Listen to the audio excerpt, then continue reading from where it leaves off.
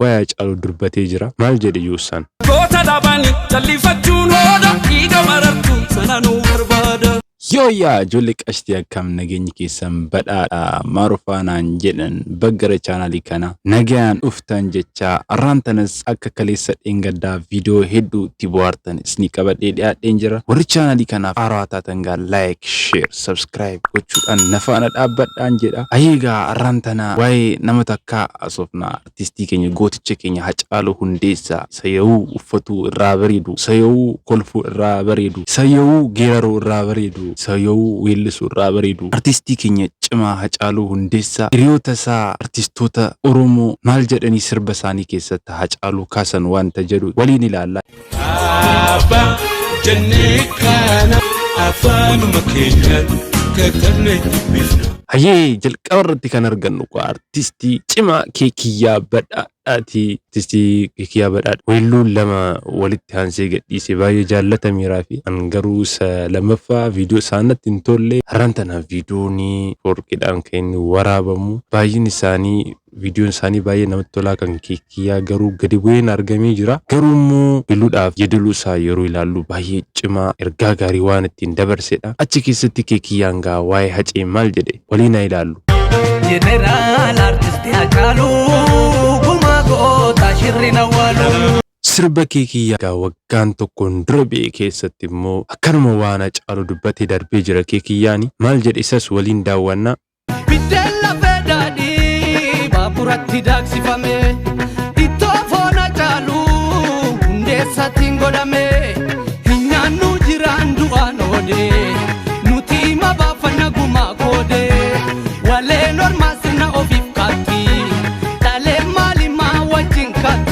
Kuma keenya ni baafanna jechaa jira Kiyyaan. Taansi immoo gaa sagalee ajaa'ibaa kan qabu weellisaa Yosan Getahun itti dabarre. Yosan Getahun gaa sadii obsaa sirba sadii obsaa jedhamu keessatti waa'ee Hachalu dubbatee jira. Maal jedhe Yosan? Goota dhabanii jallifachuun hooda dhiiga marartu sana nu barbaada. Geeraruu malee an akkamiin joogu haaba hugumaan ilma dhugaa beeku.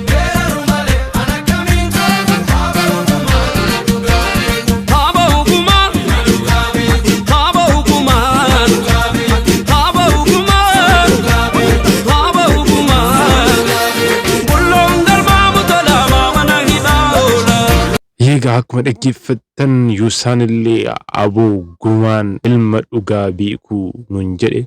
Hayyee artistii Jaafar Yesuuf yeroo artistii Hachaluun wareegame sirba inni baasetti keessatti Hachalu yoomiyyuu sin dagannu jedha. Weelluu baay'ee nama gaddisiisuun sagalee nama gaddisiisuun yoomillee sin irraanfannu jedhaani dhaggeeffannume.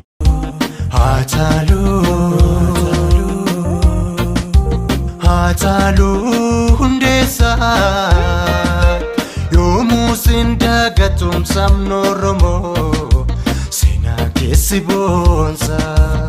Jaafoon kanaan xumurre Hachaluun akka inni weelluu isaa kana gidduutti Hachaluun akka inni qabsaa cimaa ture itti hima. Salphistee diina kee homaa waan sodaattu saba kee fooflattee dhugaan kan qabsooftu kanaaf jiraagee miti reeffa kee sodaatanii finfinneetu faamunaa keessaa si baasanii. Jaafoon dhumarratti immoo akka nuyi lammuu isa ijaan deebinee nagarree sagalee nama gaddisiisuun itti himaa jechuudha. Hacee kiyya wayyoo mankararree boonyuus lubbuu kan kee kaalee deeffachuun dandeenyu.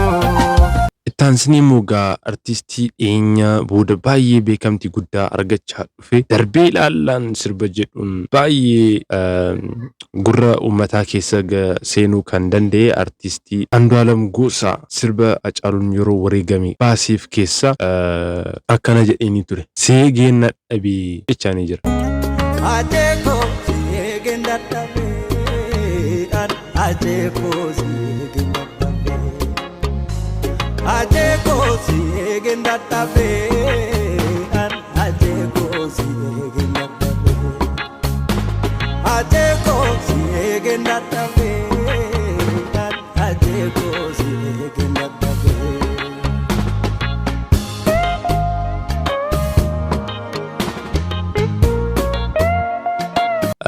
akkuma hundi keenya beeknu gaafa Haciin wareegame namni hundee dhugaatti hin fakkaanne ture gaafa Andu'aalam ilaalu siigeen dhabe jechuun isaa yoo nagaa akkuma Kiyya dhugaatti hin fakkaanne seera Andu'aalams gaa akkuma jaafoo akka uummanni sabni Oromoo Haciin irraanfanne akkana jedheetti mee jira.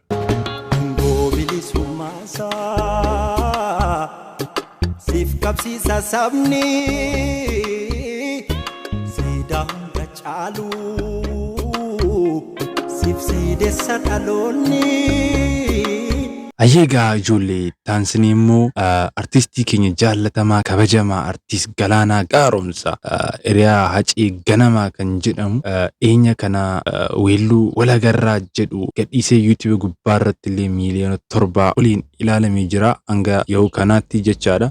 Sirba isaa Agarraa jedhu kana keessattis Hachalu maal jedhee faarse Galaanaan. Eenyutu na bubbuttaree nyaara keessi mul'atu beeki garaan dhiira. Gaafa dhiiraa lubbuun adabartu eessa baashii silas du'a naftu. Gaafa giitii lubbuun adabartu eega jaaduu lubbuun nama rartu. Eega dhiiraa lubbuun nama rartu. Gaafa giitii lubbuun adabartu. Gaafa gootaa lubbuun nama rartu. Gaaf dhugaa kee lubbuun adabartu. Agarra Agarra Agarree jira walii sarruu bir. Ayyeegaa ijoollee taansanii immoo artistii Boja jedhama maqaan isaanillee badaan beekuuni garuu innoo waa'ee Hacii maal jedhe yeroon ilaalu dhiyeenyatti wanta wal beekanidha. Viidiyoolee sooshaal miidiyaa gubbaarraa gara TikTokii baay'inaan gara TikTokii irra deemaa isin agarsiisa. Bolo tadde aboja kombadde biyyoon galaba miti walirraan taraganii malo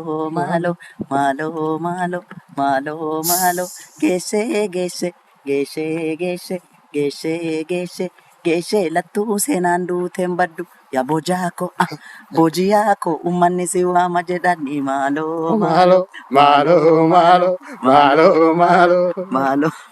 Ayyeegaa ijoollee warri Bojaan beekniin viidiyoo kana amma dhumarratti kan dhufe Hacii Ammade jechuun Bojaa jechuun isadha maalirratti akka wal ga'an hin beekne inni fakkiin kaasa fakkaata kanaan dura hin beeku. Innillee istiidiyoo galee Haciidhaaf weelliseera. Maal jedhee weellise Bojaan?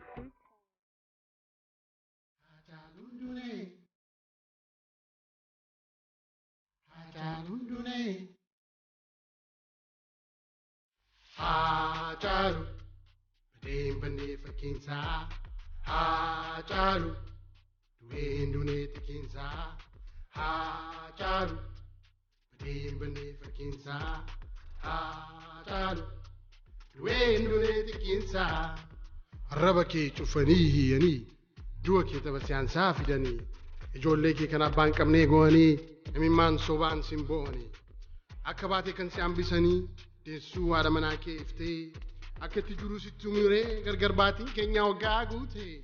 Akkuma agartan gaa artistiin Bojaanis Haceedhaan haala raappiitiin atiin duuni Hacaaluun hin duuni jechaanii jira. Ayyeegaa ijoollee qashti arraan tanaaf viidiyoon qabadhee dhiyaadhee kana fakkaata ture. Warri chaanaalii kanaaf haarawaa taatan gaa laayik, sheer, sabskiraayib gochuu akkan irraanfanne sooshaal miidiyoota kana hundaan quunnamuu dandeessu.